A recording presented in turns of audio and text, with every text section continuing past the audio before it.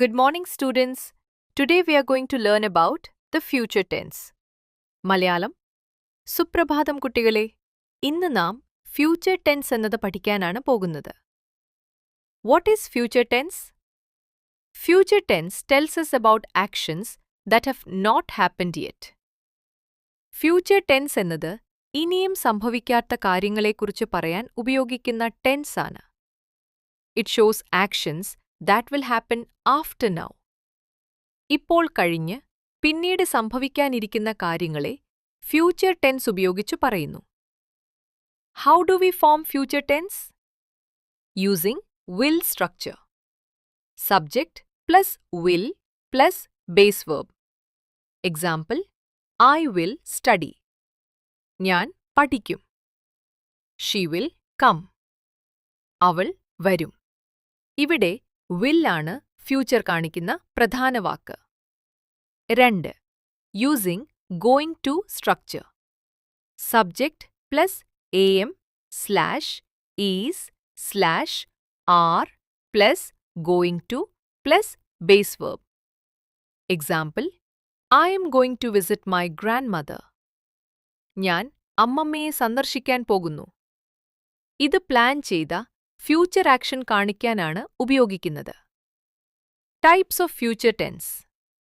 There are 4 types of future tense. 1. Simple future use. Predictions, promises, instant decisions. Structure: subject plus will plus verb. Example: She will arrive soon. അവൾ ഉടനെത്തും. 2. Future continuous use. Ongoing action at a specific future time. Structure: subject plus will be plus verb ing. Example: I will be working at 8 p.m. 8 മണിക്ക് ഞാൻ ജോലി ചെയ്യുന്നതായിരിക്കും.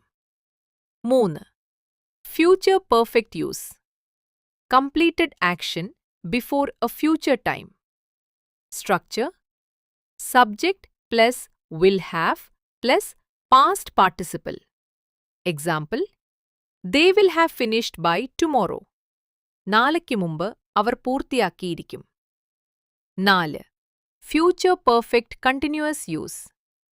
Action continuing up to a future time. Structure: subject plus will have been plus verb ing. Example: I will have been living here for a year. ഒരു വർഷമായി ഞാനിവിടെ താമസിച്ചുകൊണ്ടിരിക്കുമായിരിക്കും. Common future structures. Will, won't, predictions. It will rain. മഴ പെയ്യും. Going to, planned action. I'm going to study. ഞാൻ പഠിക്കാൻ പോകുന്നു. Present continuous, fixed plan. I'm meeting her at 5.